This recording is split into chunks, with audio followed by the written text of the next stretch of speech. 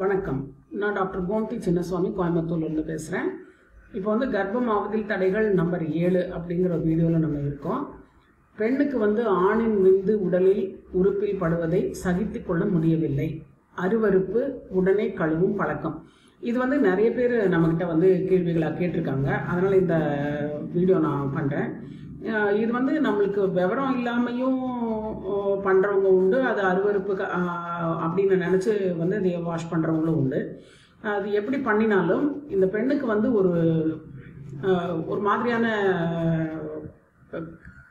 அது பார்த்தா வெறுப்பாக இருக்கும். இந்த விந்து அதனுடைய தன்மை, வலுவழுப்பு தன்மை, அதோட ஸ்மெல், இதெல்லாம் அந்த பெண்ணுக்கு பிடிக்காமல் இருக்கலாம். அப்போ அந்த விந்து உறுப்பு விடுறதுன்னா உறுப்புக்குள்ளே நேராக விட்டுருங்க. அது எனக்கு வெளியில் வரக்கூடாது. அது படும் பொழுது என்னால் சகிச்சுக்க முடியல அப்படின்னு சொல்லிட்டு உடனே துடைக்கிறவங்களும் உண்டு. கொஞ்சம் அதை துடைச்சிட்டு பேசாத படுக்கணும். இப்போ சாதாரணமாக என்ன பண்ணணும் அப்படிங்கிறத முதல்ல நம்ம சொல்கிறோம். இப்போ ஒரு பெண்ணுக்கு 30 நாளைக்கு ஒரு முறை மாதவிலக்கு வருதுன்னு வச்சுக்குவோம். அப்போ அந்த பெண்ணுக்கு 14வது நாள் இல்லை 15வது நாள் கருமுட்டை ரெடி ஆகுது. அதுக்கு முன்னாடி 3 நாள், பின்னாடி 3 நாள், இது கரு ஆவதற்கான முக்கியமான நேரம் அப்படின்னு வச்சுக்கலாம். இந்த நாட்களில் ஆணும் பெண்ணும் சேர்ந்து இருக்கும் பொழுது உடனே கழுவாமல் ஒரு 3 மணி நேரத்துலேருந்து 6 மணி நேரம் வரைக்கும் அப்படியே பெண் படுத்திருக்கணும் அப்படின்னு சொல்கிறோம். அவங்க படுத்து தூங்கிடலாம் அந்த மாதிரி. அதனால் நைட்டில் தான் பண்ண சொல்கிறோம். இப்போ அந்த மாதிரி செய்யும் பொழுது படுத்துட்டே இருக்கணும் அப்படின்னு நம்ம சொல்கிறது ஒவ்வொரு உறவின் போதும் இல்லை, மாதம் முழுவதும் கிடையாது.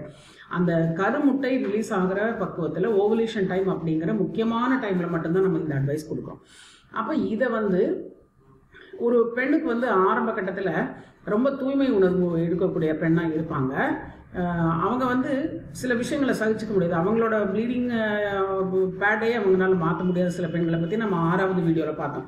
இப்போ அப்படி இருக்கிற ஒரு சில பெண்களுக்கு என்னன்னு கேட்டிங்கன்னா, இந்த விந்தோட தன்மையை சகிச்சுக்க முடியலை, என்னால் அது உண்மையாலுமே கஷ்டமாக இருக்குது, பட்டாலே எரியிற மாதிரி இருக்குது, அரிக்குது, ஒரு மாதிரி ஃபீலிங் இருக்குது, அதனால் நான் உடனே போய் கழுவிடுவேன் அப்படின்னு சொல்கிறவங்க இருக்காங்க. பட் இவர்களுக்கு நம்ம என்ன சொல்கிறோம்னு கேட்டிங்கன்னா, உங்களுடைய மனதை மாற்றிக்கொண்டு கொஞ்சம் சகிப்புத்தன்மையை கொண்டு வந்துட்டு அந்த ஓவலேஷன் டைமில் மட்டுமாவது ஒரு நாள் விட்டு ஒரு நாள் உறவு செஞ்சுட்டு அப்படியே ஒரு 3 மணி நேரம் தூங்கிடுங்க.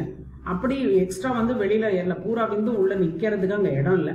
அதனால் கொஞ்சமாவது வெளியில் வரும். அதை ஒரு டிஷ்யூ பேப்பர் வச்சு வைப் பண்ணிவிட்டு நீங்கள் அமைதியாக படுத்துக்கணும். அப்போ தான் அந்த விந்து உள்ளே போய் கரு ஆகிறதுக்கான வாய்ப்பு வரும் அப்படிங்கிறத சொல்ல விரும்புகிறேன்.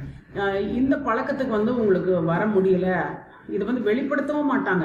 அவங்க ஹஸ்பண்ட்க்கும் ஒய்ஃப்க்கும் தெரியும். ஒரு சில சமயங்களில் ஹஸ்பண்ட்கே தெரியாமல் கூட இந்த விஷயங்கள் பெண் காப்பாற்றிட்டு இருக்கலாம். உடனே ஒரு வேகமாக எந்திரிச்சு போய் பாத்ரூமில் கழுவுறது, தொடச்சிடுறது, இந்த மாதிரியான பழக்கங்கள் சில பெண்களுக்கு இருக்கும். ஸோ இதையே நீங்கள் மாற்றிக்க வேண்டியது இருக்கும் அப்படின்னு சொல்கிறோம். அப்போ கரு தங்கிறது எளிதாயிரும். இது சம்மந்தமாகவும் மற்ற எந்த பிரச்சனைகள் சம்மந்தமாகவும் உங்களுக்கு சந்தேகங்கள் இருந்தால் பக்கத்தில் இருக்கிற டாக்டரை பாருங்கள். இல்லை கணவன் மனைவி 2 பேரும் உங்களுடைய டெஸ்ட் ரிப்போர்ட்ஸ் எல்லாம் எடுத்துகிட்டு எங்ககிட்ட பார்க்குறதுனாலும் பார்க்கலாம்.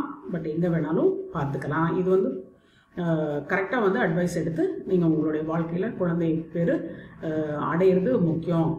திருமணமாகி 1-2 வருஷத்துக்குள்ளே இந்த வேலையெல்லாம் நீங்கள் முடிச்சிடணும் அப்படின்னு நான் சொல்ல விரும்புகிறேன்.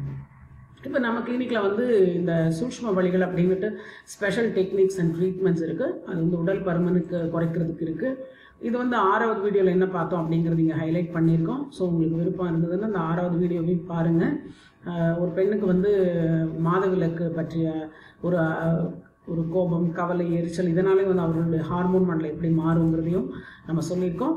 தேங்க்யூ ஃபார் வாட்சிங் திஸ் வீடியோ. இந்த சேனலை சப்ஸ்கிரைப் பண்ணுங்கள். இந்த வீடியோஸை உடனுக்குடன் கிடைக்கிற மாதிரி பண்ணிக்கோங்க. நன்றி, வணக்கம்.